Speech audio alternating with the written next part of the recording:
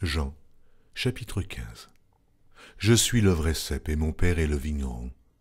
Tout sarment qui est en moi et qui ne porte pas de fruit, il le retranche, et tout sarment qui porte du fruit, il l'émonde, afin qu'il porte encore plus de fruits.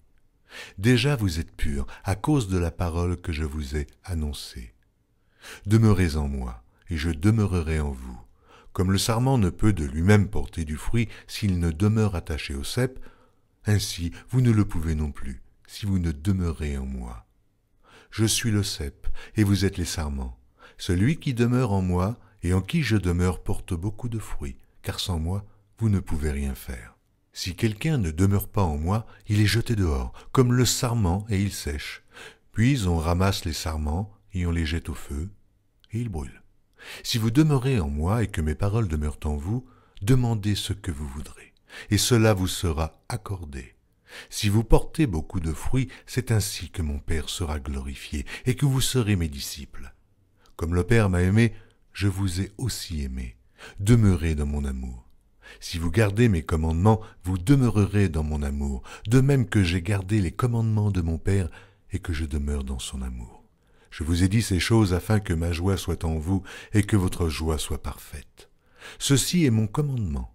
Aimez-vous les uns les autres comme je vous ai aimés. Il n'y a pas de plus grand amour que de donner sa vie pour ses amis. Vous êtes mes amis, si vous faites ce que je vous commande. Je ne vous appelle plus serviteur, parce que le serviteur ne sait pas ce que fait son maître, mais je vous ai appelé ami parce que je vous ai fait connaître tout ce que j'ai appris de mon Père. Ce n'est pas vous qui m'avez choisi, mais moi je vous ai choisi, et je vous ai établi, afin que vous alliez et que vous portiez du fruit, et que votre fruit demeure, afin que ce que vous demanderez au Père en mon nom, il vous le donne. Ce que je vous commande, c'est de vous aimer les uns les autres. Si le monde vous hait, sachez qu'il m'a haï avant vous. Si vous étiez du monde, le monde aimerait ce qui est à lui. Mais parce que vous n'êtes pas du monde, et que je vous ai choisi du milieu du monde, à cause de cela, le monde vous hait. Souvenez-vous de la parole que je vous ai dite. Le serviteur n'est pas plus grand que son maître. S'ils m'ont persécuté, ils vous persécuteront aussi. S'ils ont gardé ma parole, ils garderont aussi la vôtre. Mais ils vous feront toutes ces choses à cause de mon nom, parce qu'ils ne connaissent pas celui qui m'a envoyé. Si je n'étais pas venu, et que je ne leur eusse point parlé, ils n'auraient pas de péché. Mais maintenant, ils n'ont aucune excuse de leur péché. Celui qui me hait est aussi mon Père.